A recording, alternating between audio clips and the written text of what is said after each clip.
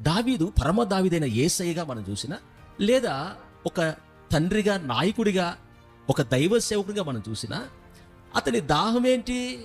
శత్రువులు ఆక్రమించుకున్న Bethlehem. Bethlehem అంటే ఏంటి? రొట్టెల ఇల్లు.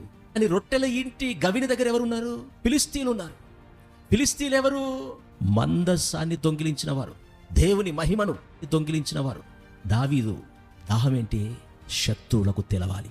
శత్రువా, నువ్వేం చేయలేవు. ఇదిగో నా సైనికులు వచ్చి గవిని దగ్గర ఉన్న సర్దారులను, సైనికులను ఓడించి నీ అండర్లో, నీ కంట్రోల్లో ఉన్న బావిలో నీళ్లు తీసుకొస్తారు చూడు.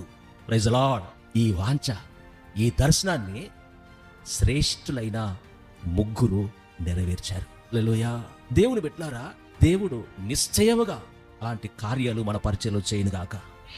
శత్రువా, ఎన్నో విలువైన ఆత్మలు ఒకప్పుడు వాక్యముతో బ్రతికిన, దేవుని కొరకు నిలబడ్డ, బెత్లెహేం అనబడే ఆ రొట్టెల ఇల్లు అంత ఆత్మీయ అనుభవంలో ఉన్నవారిని దేవుని మహిమను దొంగిలించే ఫిలిస్తీన్లు కబ్జా చేసుకుంటే, శత్రువులతో దావీదు వాంఛ ఆత్మీయంగా మాట్లాడితే, శత్రువా నువ్వేం చేయలేవు, నిన్ను ఓడించి ఆ బావి నీటికడికి తీసుకొస్తారు. Praise the lord.